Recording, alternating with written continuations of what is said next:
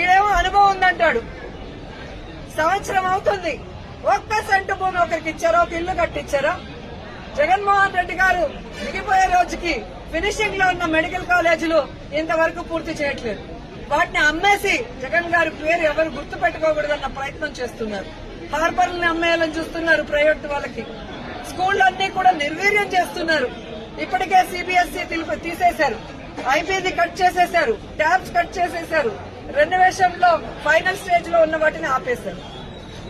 అలాగే పిహెచ్సిలు, హాస్పిటల్లో ఏవైతే బ్యాలెన్స్ ఉన్నాయో వాటన్నిటిని ఆపేయడం మనం కళ్ళారా చూస్తున్నాం. ఇంతవరకు ఒక గుడి కట్టించారా, ఒక బడి కట్టించారా, ఒక రోడ్డు వేశారా, ఒక ఇల్లు కట్టించారా అంటే ఏమీ కూడా లేదు. వీళ్ళు సూపర్ సిక్స్ ని గాలికి వదిలేసి సూపర్ స్కామ్లు చేసుకుంటూ ముందుకెళ్తున్నారు. ఈ రోజు ఈ రాష్ట్రంలో చూస్తే బెల్ట్ షాపులు, పర్మిట్ రూములు ఇప్పటి ముప్పటిగా ఇచ్చి మద్యంతో ఎలా దోచుకుంటున్నారు.